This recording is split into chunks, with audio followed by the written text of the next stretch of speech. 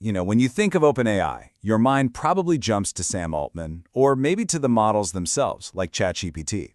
But today, we're going to dive into the mind of its co-founder, and really the architect of its technology, Greg Brockman. He's not just the CTO.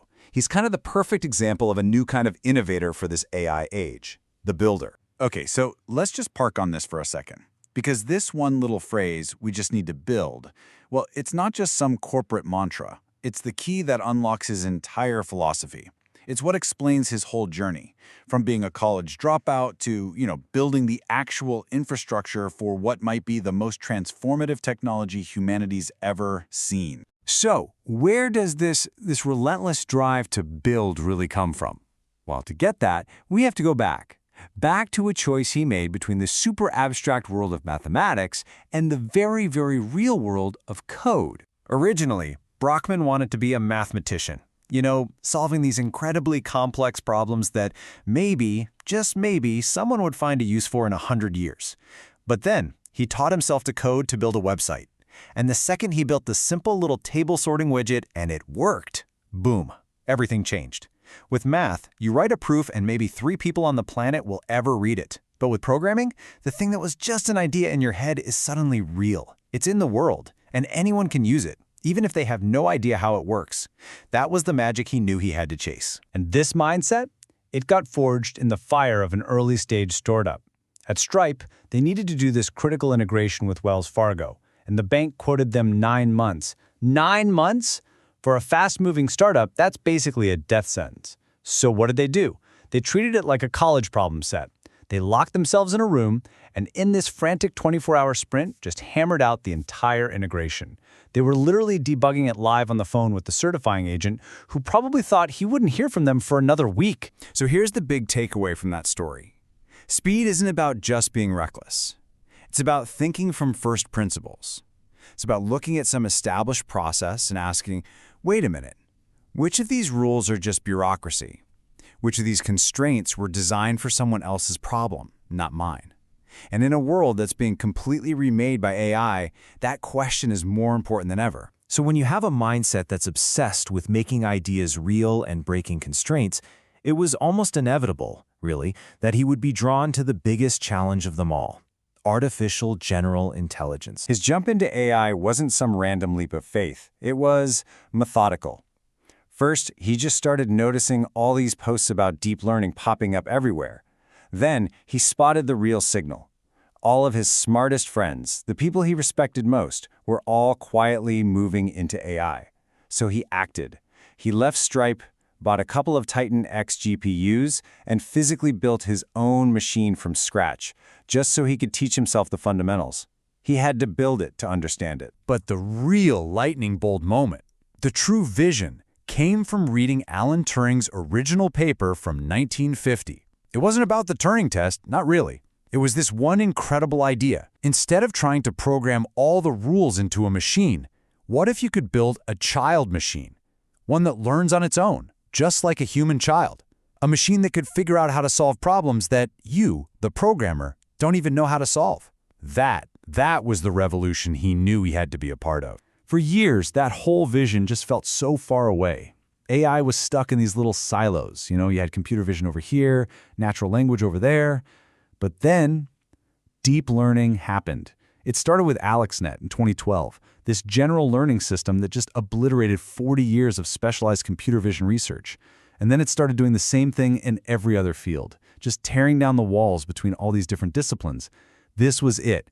This was Turing's child machine taking its very first step. Okay, so having the vision is one thing.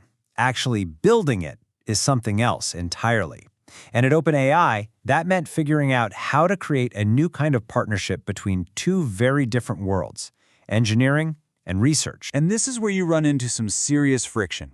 See, in normal software, engineers are taught to respect the interface.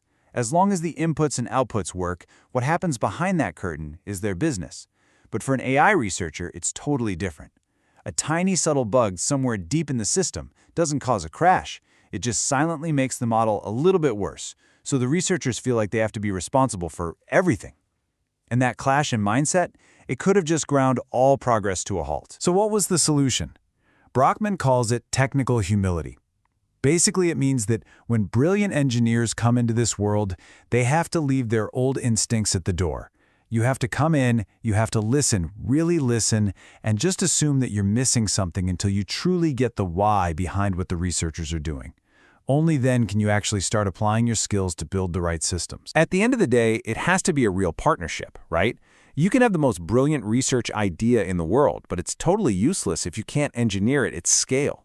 And you can have the most powerful engineering system ever built, but it's also useless without a groundbreaking idea to run on it. You're dead in the water without the idea, and the idea never sees the light of day without the engineering. The synthesis, this combination, that's the real engine of OpenAI. So, what does the output of that engine actually look like? Well, it's changing the very nature of building itself. It's creating this new generation of tools that are empowering developers in ways we're only just starting to wrap our heads around. I want you to think back to the end of 2022. OpenAI drops what they called a low-key research preview. They really weren't expecting much, but the world saw the magic of ChatGPT, and in just 5 days, they hit this number, 1 million users. At the time, that felt absolutely insane. Now, let's fast forward just over a year to the launch of GPT-4o. In that same 5-day window, the user count wasn't just a bit higher, it was an estimated 100 million. That's not just growth, that's a totally different universe of adoption. It just goes to show how fast these AI companions are becoming a part of our daily lives. And all of this is leading to totally new ways of creating things, like what's being called vibe coding. We saw this in that wild GPT-4o demo. It's not about just auto-completing a line of code anymore. It's about describing a feeling, an idea of a vibe, and having the AI translate that directly into a working app.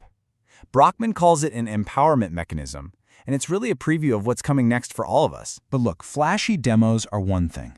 The real revolution, and honestly the next huge challenge for builders, is going to be tackling the really hard, unfun work of modernizing the world's existing software. We're talking about transforming ancient COBOL systems or migrating these massive, tangled messes of code. That's where the builder's mindset sees the next giant opportunity. Which brings us to the future. With these incredibly powerful new tools in our hands, what are the next great challenges that builders need to solve? This question from NVIDIA's Jensen Huang really gets to the core of the next massive infrastructure problem. How on earth do you build data centers that can handle two completely opposite needs at the same time? On one side, you need this enormous raw power for long, deep research projects. And on the other, you need instant, low-latency responses for interactive AI companions like ChatGPT. It's a mind-bending engineering challenge. And according to Brockman, we're actually entering a whole new era. For a little while, it felt like progress was all about just throwing more compute and more data at the existing models, like the Transformer. But now, we've pushed that so far that the bottleneck is actually shifting. We are back in a world where the biggest breakthroughs are going to come from fundamental, basic research and brand new algorithms. And this gets to the ultimate goal. So often, the conversation about AI gets stuck on replacement, or what jobs are going to disappear. But Brockman argues that's completely missing the point. The goal isn't a zero-sum game. The point is to create a positive-sum world, a world with 10 times more activity, 10 times more economic output, and 10 times more benefit for everyone. It's about massive expansion, not replacement. The AI-powered economy is coming. That's not a question anymore. It's a fact. The tools are getting more powerful literally every single day, and the barrier to start building is lower than it has ever been.